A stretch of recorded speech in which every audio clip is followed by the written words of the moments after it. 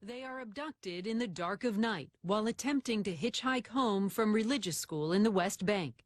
It's June 12th when the three Israeli teenagers go missing. Realizing they're in danger, one manages to make this call for help.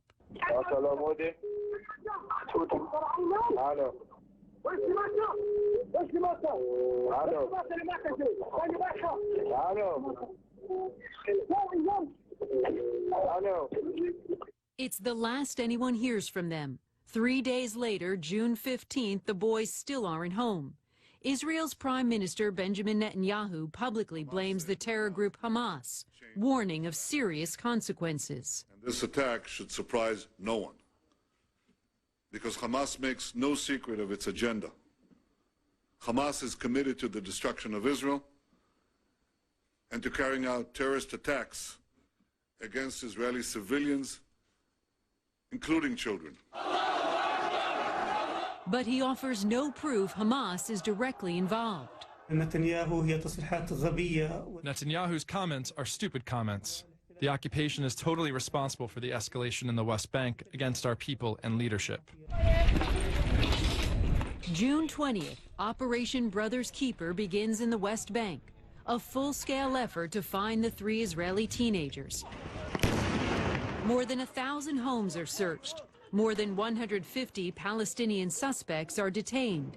10 days later, June 30th, the bodies of the missing boys are discovered in the West Bank. 3 innocent boys that did nothing wrong in their life. They're so holy, they're so pure, and this Hamas just want to kill them. The Israeli Prime Minister delivers on his threat, with Israel launching airstrikes into Gaza and the West Bank shortly after the bodies are found.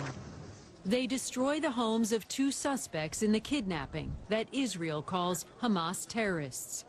The abducted teenagers are buried the next day, July 1st. Hamas, always quick to claim credit for acts of terror, denies it ordered the killings, and questions swirl about whether or not they are really involved. A day later, July 2nd, a 17-year-old Palestinian teen is abducted while heading to a mosque.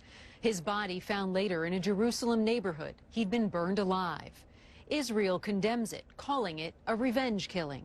The next day, July 3rd, a cell phone captures this horrifying video of what appears to be Israeli police beating a Palestinian-American teenager, stomping on him and kicking him.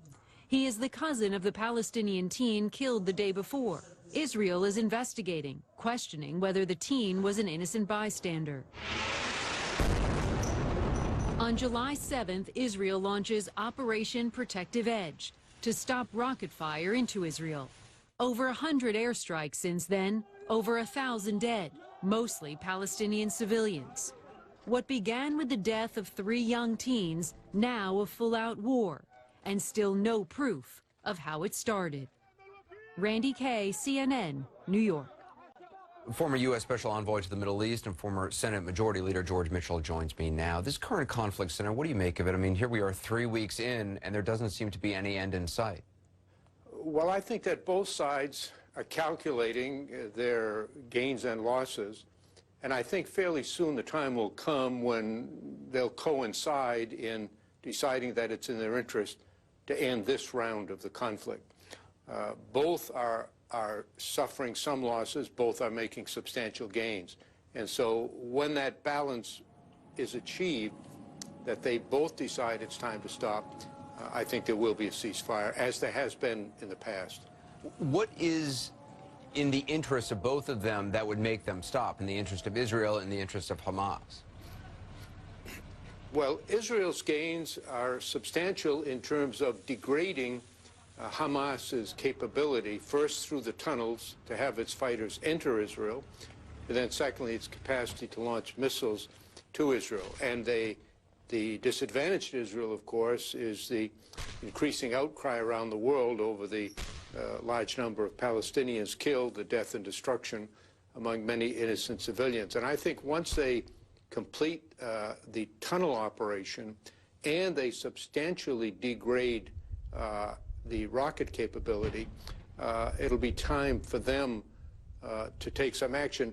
On the Hamas side, they're desperate. They've been ineffective. They haven't governed well. They haven't produced anything for the people. And that's why they keep saying they need to end the blockade, which is important in terms of quality of life for people there, before they'll stop the rockets. You've defended Secretary of State John Kerry just in recent days from some of the criticism that has come his way in Israel. Does it surprise you, the level of criticism against him? No, that comes with the territory. Feelings are very strong in the region. Keep in mind that Israel's a democracy. There are all kinds of points of view expressed, just like in the United States. I mean, there are many people who support the U.S. government, many people strongly opposed to the current administration. People express contrary and differing views all the time. That's the same way in Israel. So you can't expect there not to be criticism, particularly since, as I said, there are many in Israel who don't agree with the objective of American policy. They don't agree that there should be a Palestinian state, and therefore they're not inclined to support a policy which has that as its objective. But, Anderson, let's be clear. The United States is the dominant economic and military power in the world. Every country in the world thinks that our policy ought to favor them. When I first went to the Middle East, I went to 17 countries, and I met with the leaders there many, many times. And every time they would criticize American policy, I would ask them, well, what do you think our policy should be?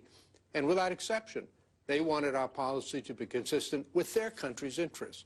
And so you have to accept, as the dominant power, with a sense of maturity and some degree of resignation, that you're going to get criticized. People expect us to solve every problem in the world. We don't have that capability. We have an unequaled capacity to influence events, and that's what the Secretary is trying to do. And I think ultimately it will be in the interests of both sides, obvious to them, to end the fighting. The next step will be to get to the point where they can negotiate. I think that's a way off. That certainly seems like it. Senator Mitchell, I appreciate your time. Thank you. Thank you, Anderson. Just ahead tonight, 12 days after Flight 17 was shot down in eastern Ukraine, investigators still unable to get the work done.